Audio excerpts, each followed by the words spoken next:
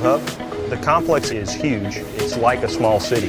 It's over 880 acres. We have parking for in excess of 165 aircraft. We'll do about 150 flights in and out every night. We'll do about 90 during the day. We have the capacity here at the hub to land an aircraft about every 40 seconds. From the hours of 10 o'clock at night till about 4 in the morning. This is the busiest airport in the world. We've got 2 sorts. The day sort averages anywhere from 500 to 600,000 packages. And then of course we've got our huge night sort. And at night we average over 1.3 million packages. Throughout the hub we have over 80 miles of conveyor belt. And working the sorts, we have 10,000 people. The action is amazing. Once a plane lands at the hub, we immediately begin to offload it. The size of these aircraft, they're enormous, with thousands and thousands of packages on each one. And within half an hour, we have it into the belt system. Once it gets on that conveyor belt system, we've got a team there that makes sure the label is facing up where it can be read by one of our light scanners. We capture all the information that's embedded in that barcode about that package. So exactly where it's going, we're going to grab the dimensions of that package, the weight of that package. Once that package leaves that light curtain, there are arms that automatically push your package to the correct destination, where we've got team members ready to reload it and put it back into a container. We've also got our small package sort system. That's where all of your letters, your small boxes are sent. Once the labels are faced up, it's put on a conveyor belt. It reaches a point where it hits a tray. It also goes to one of our scanners. Once it goes to one of our scanners, based upon the location that it's going to, that tray drops it into its correct bag. Your package can come into the hub and back out within 15 minutes.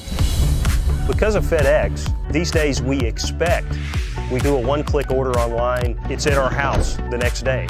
But it's not magic. We have an army of people, we have all this technology that comes together to make that transaction seamless. When you're standing in the hub and you're looking down, it's an out-of-world experience. It's a sci-fi movie. Just to think that you could stand and see a million of anything fly by you, it's just cool. Being a part of the Memphis hub is an awesome experience. At the end of the shift, when I see planes take off, there's this sense of pride that makes me feel as if I've done something wonderful.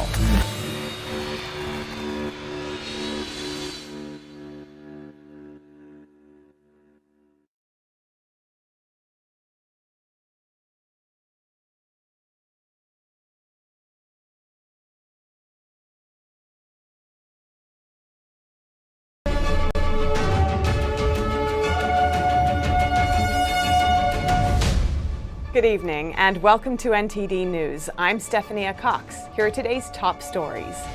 The Trump administration unveiled a savings plan today that will lower insulin costs for Medicare patient recipients.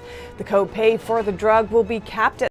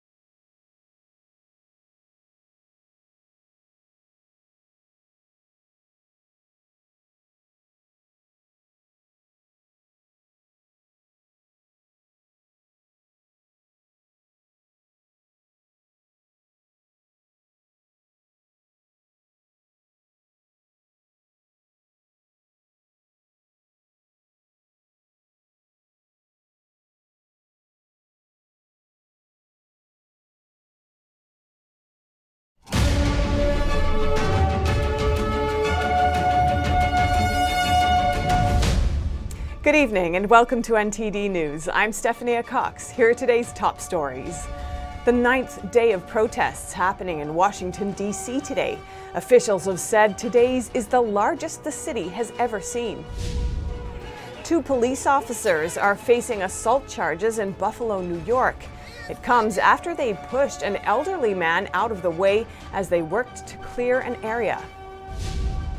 Rural transit systems in the U.S. are in a tough financial situation due to the pandemic, but an action from the White House could be their lifesaver. A French veteran shows off his military aircraft collection on the anniversary of D-Day. He's been growing the collection for years, which even includes an F-16 fighter jet. And 3 Chinese nationals were murdered in Zambia, Africa. This while tensions run high between Chinese immigrants and local Zambians.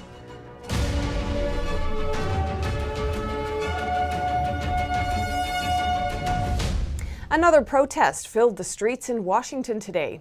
It's being called the largest protest in the city's history.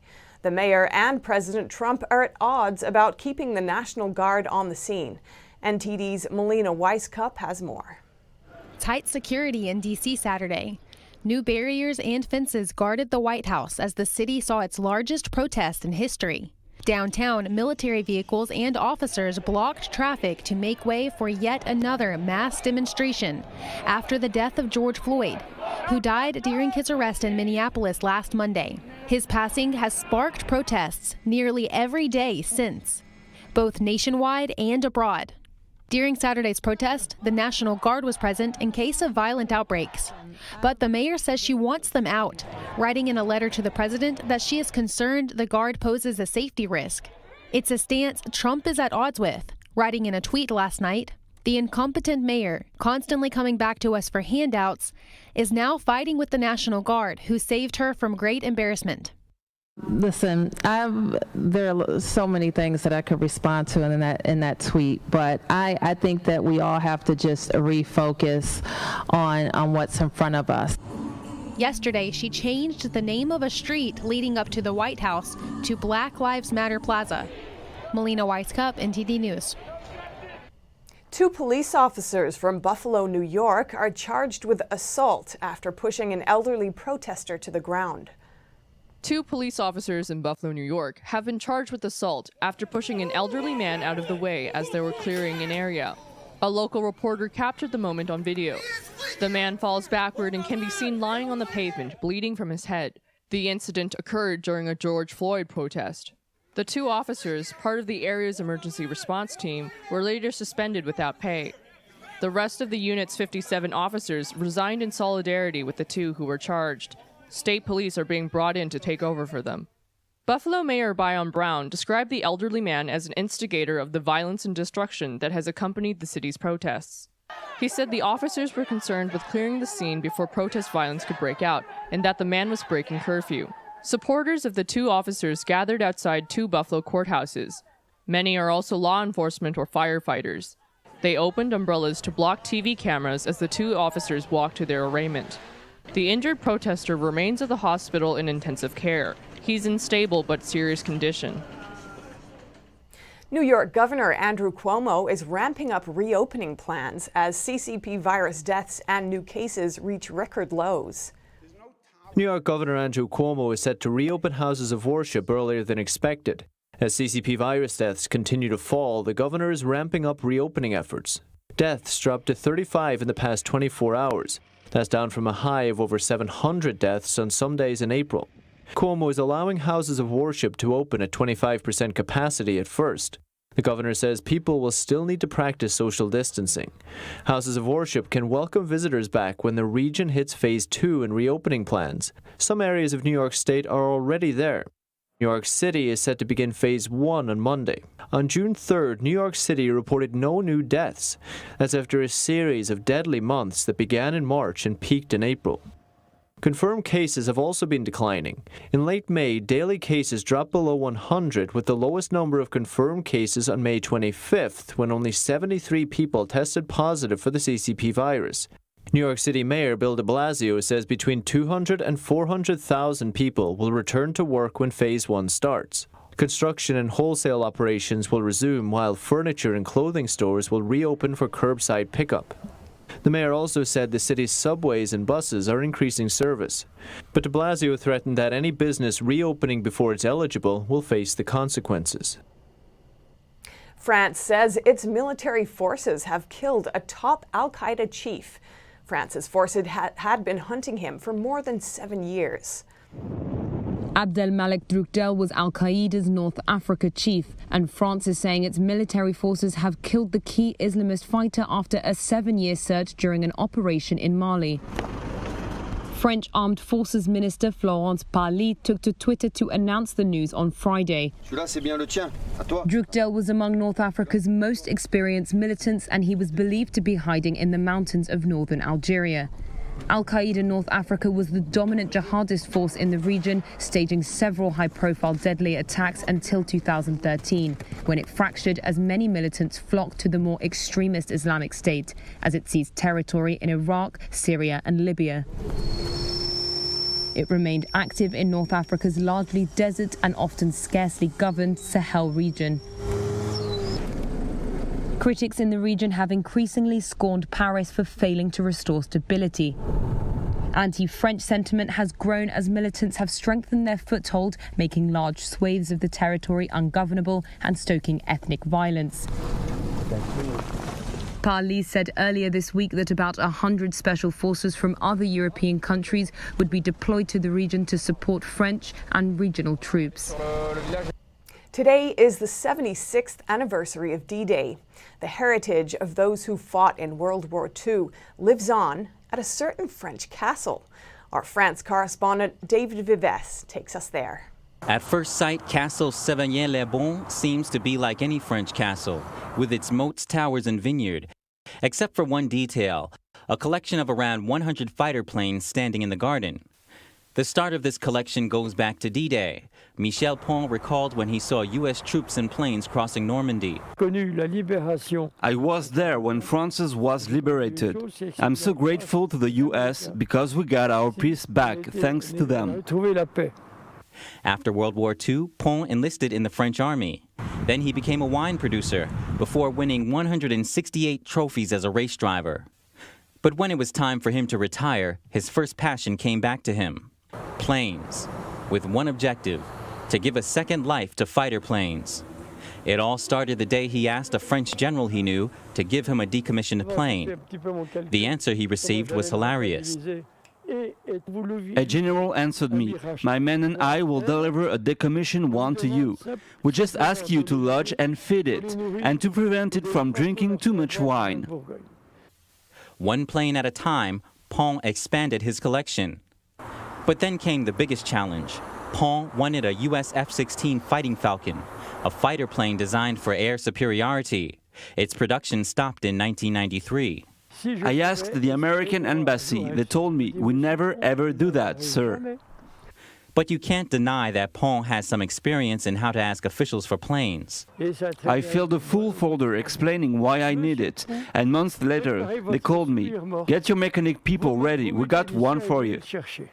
This F-16 is the only one to be on display in France, and it's become the jewel of his collection. For Pont, these planes perpetuate memories and are the heritage of the armies who delivered peace.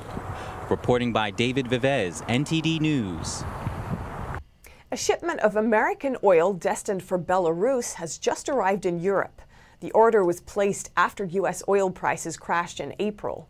Belarus is currently diversifying its supply after a dispute with Russia earlier this year. A shipment of U.S. crude oil destined for Belarus has arrived at a port city of Lithuania just north of the country.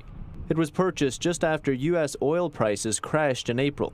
Belarus, located in Eastern Europe, is looking to reduce its energy dependence on its close ally Russia. The two countries disputed over the cost of Russian oil this year, resulting in supply being cut off. Now Belarus is trying to diversify by importing oil from other countries, including Norway and Saudi Arabia. We clearly understand the interest of Belarus to diversify energy sources, energy supply sources. Once you are having the possibility to diversify your sources, this is the clear stance that then you are stronger. The president of Belarus said he wanted to reduce Russia's share of its oil supply to around 30 or 40%. And in 5, maybe 10 years, there could be a shift of loosening the dependence of Belarus on Russia. And it could be a good economic opportunity for the United States. It's interested in supplying Belarus through neighboring Lithuania. But a pipeline connects Belarus refineries to Russian oil fields, making those oil transports the cheapest available. It probably doesn't change much in the short term because still Belarus is dependent on Russian oil and gas, and still that gas and oil that comes from Russia is much cheaper than any alternatives. It's unclear if Belarus will still buy American oil now the prices have recovered. Up next, a gruesome murder in the African country of Zambia targeting Chinese nationals. It's putting a spotlight on racial tension between locals and Chinese immigrants. That and more after the break.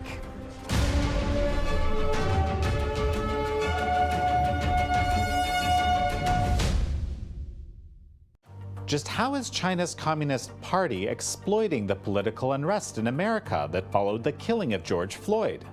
How is the Chinese regime seeking to emerge from the coronavirus pandemic as the dominant global power and becoming increasingly belligerent in Hong Kong and the South China Sea?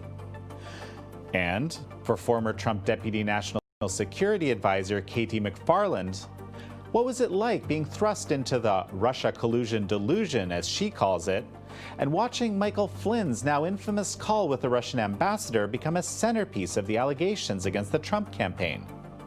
In this episode, we sit down with Katie McFarland, author of Revolution, Trump, Washington, and We the People. This is American Thought Leaders, and I'm Jan Jekielek.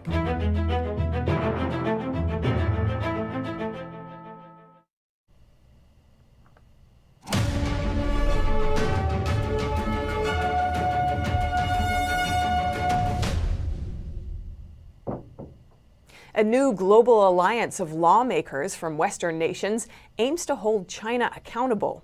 They say international order is everyone's responsibility. NTD's Tiffany Meyer brings us more. China has the second highest gross domestic product, or GDP, in the world, surpassed only by the U.S. But despite its wealth, poverty is still a major problem in China. Last week, Chinese Prime Minister Li Keqiang said over 40% of Chinese people have a monthly income of around 1,000 yuan, which is equal to about $140. A survey from a Chinese university confirmed the figure and revealed even more. According to the survey, 220 million people in China have an average monthly income below $70, making up 16% of the country's population.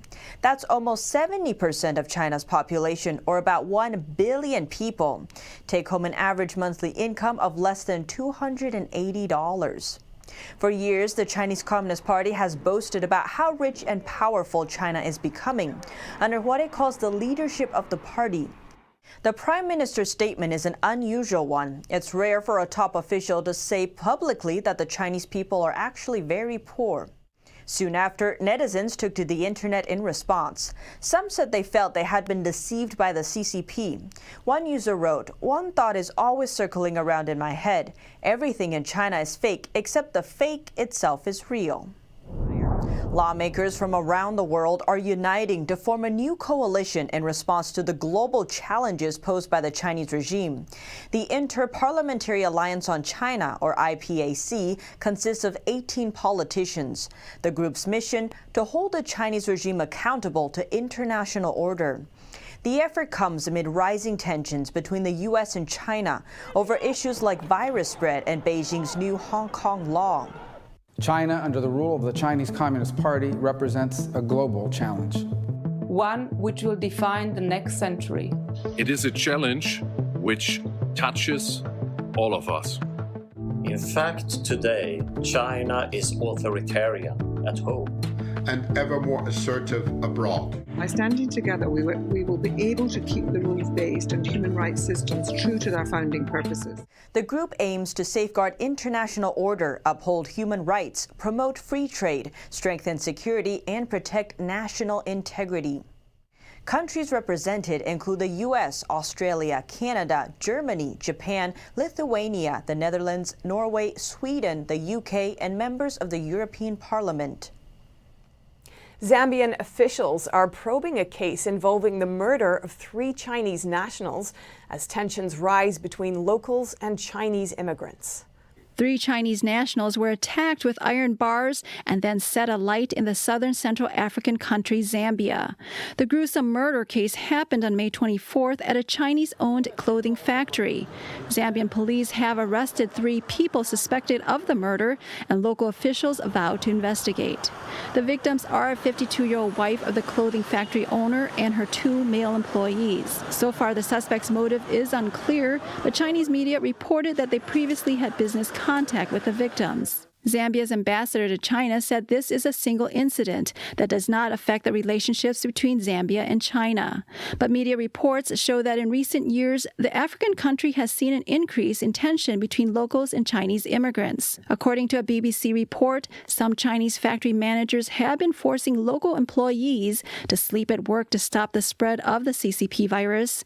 Zambia is a key partner of China's Belt and Road Initiative, where the Chinese regime lends money to local governments to build their infrastructure, although the contracts for the construction often end up in the hands of China's state-owned companies. Some analysts have warned the project is really debt trap diplomacy from China. Research by Johns Hopkins University estimates that as of 2017, China's loans account for 44% of Zambia's total national debt. Some Zambians worry China is having too much control over the country. About 20,000 Chinese nationals live in Zambia. Most of them are business owners and workers. 1 week before the murder case, local media Zambian Watchdog reported that a Chinese shop in the Zambian city of Lusaka turned away a Zambian man but allowed his Chinese wife in. An employee of this shop said it's to prevent local people from bringing the virus into the shop. The video caused strong reactions from the local community. Lusaka Mayor Miles Sampa ordered the Chinese shop to close. And later, he closed a Chinese barber shop that refused local customers for discriminating against blacks. The mayor accused Chinese bosses of slavery reloaded and called them Chinaman. He reminded the public in a video posted on his Facebook account that black Zambians did not originate coronavirus. It originated in China.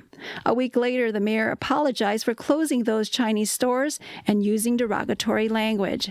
Zambia is currently seeking to negotiate deals with creditors as the country's economy struggles with the pandemic. Reporting by Penny Zhou, NTD News. Hong Kong's finance minister says he'll defend their currency's fixed exchange rate with the US dollar, even if the regime's so-called national security law is enforced. But the law could erode investor confidence in the region, which would make this difficult. NTD's Miguel Moreno has more on that. Hong Kong is trying to defuse any fears investors may have about the Hong Kong dollar potentially being unpegged to the US dollar. For trade and economic reasons, the Hong Kong dollar is pegged to or has a fixed exchange rate with the US dollar. This works as long as investors don't lose confidence in Hong Kong's currency and begin exchanging big amounts of it for other currencies. But concern about investor confidence went off after the Chinese Communist Party proposed its so-called national security law, a law that could potentially threaten the rule of law in Hong Kong. If enforced, financial analyst Joseph Tribasani says confidence in the Hong Kong dollar would be damaged. If you don't have confidence in the bank, you don't do business there. If you don't think the bank is going to be there in 2 years, you don't do business there. If you think that the bank's records or the bank's decisions are in the future going to be conditioned or colored by outside non-business considerations, it's dangerous for the confidence. And if investors do lose confidence in the Hong Kong dollar and start to sell it en masse, Hong Kong's central bank will need a plentiful supply of US dollars to maintain the peg. If it doesn't have enough US dollars and the peg breaks, the region's currency could see a sharp devaluation, which could lead to an economic disaster. To make things worse, Trebasani says it is possible but unlikely that President Trump will cut off the free exchange of currencies between Hong Kong and the U.S. if it deems Hong Kong no longer autonomous from the mainland. And it would be a drastic step, and one that I do not think the administration would take, but if they start, unless things escalate much more, but if they move to limit Hong Kong and Hong Kong banks' access to dollar funding, that would be a huge blow to the ability of companies to finance their operations in China.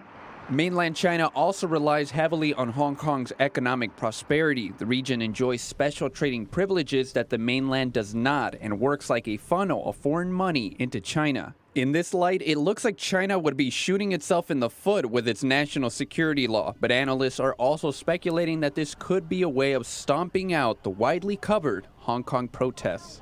Miguel Moreno, NTD News. Up next, a couple in New Mexico gives us a glimpse of what it's like to have lived in seclusion since before the pandemic. Hear that and more when we return.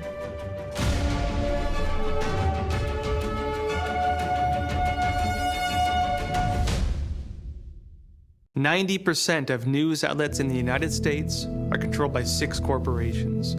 They're not out to tell you the truth of what's happening. They're out to tell you the picture of the world that they represent. The mission of the Epoch Times is to chase the truth, to ground all statements in facts, and prevent people from being misled. This is a battle between truth and deceit. Subscribe today and join the Americans who are seeking truth and tradition. We'd love to have you on board."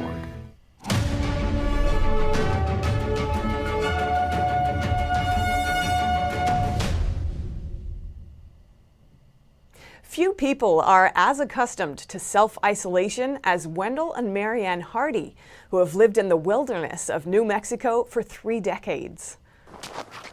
Social distancing may be a recent phenomenon for most Americans, but Marianne Hardy and her partner Wendell are long accustomed to the rigors of sheltering in place. For them, there was no need for panic buying. A buried shipping container in their yard is stocked like an underground Walmart.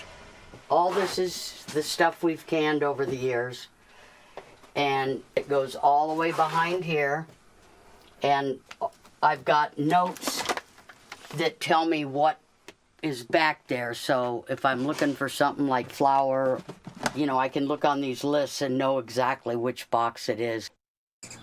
For Marianne and Wendell, home is a 25-acre plot bought for $40,000 in 1986 near a cougar-inhabited gorge called Hogwash Canyon, tucked into a remote corner of New Mexico. They named it El Medio de Nada, Spanish for the middle of nowhere. You just have to be independent to live out here. You got to think of things a little bit more than just go to the store and get some food. We can go weeks without seeing anybody, especially if the river's up. It goes up 2-3 times a year to where we have no access to the outside world. They get by on very little, a fixed retirement income and some savings. Don't misunderstand. There were a lot of struggles, a lot of pain, conflict, and a lot of physical pain. Along with daily hardships and dangers like mountain lions and rattlesnakes, the biggest challenge for the couple these days is how to maintain their isolation as they grow older. Wendell's suffered from a genetic disorder since 2002.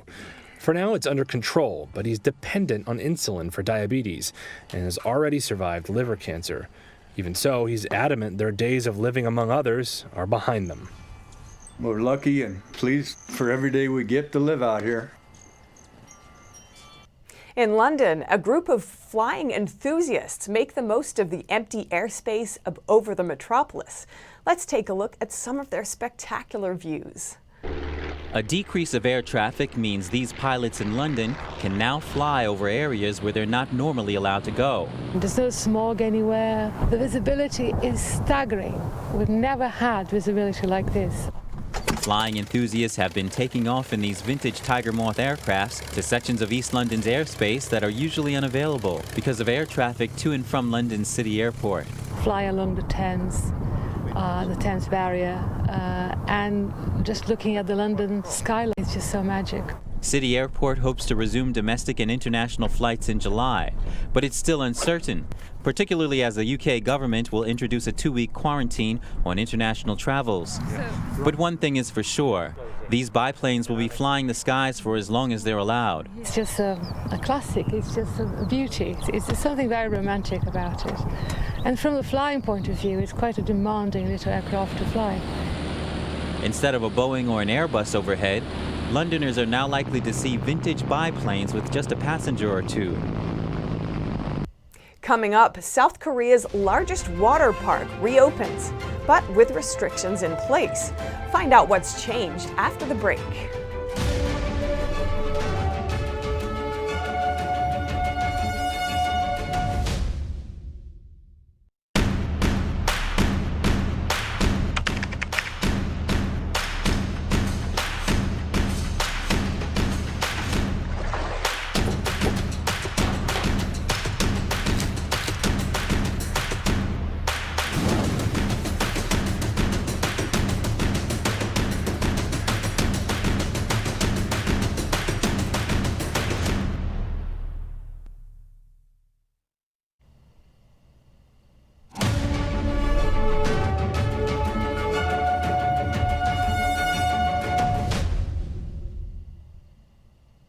A handful of rubber floats tumbled down the giant slide at South Korea's largest water park, Caribbean Bay.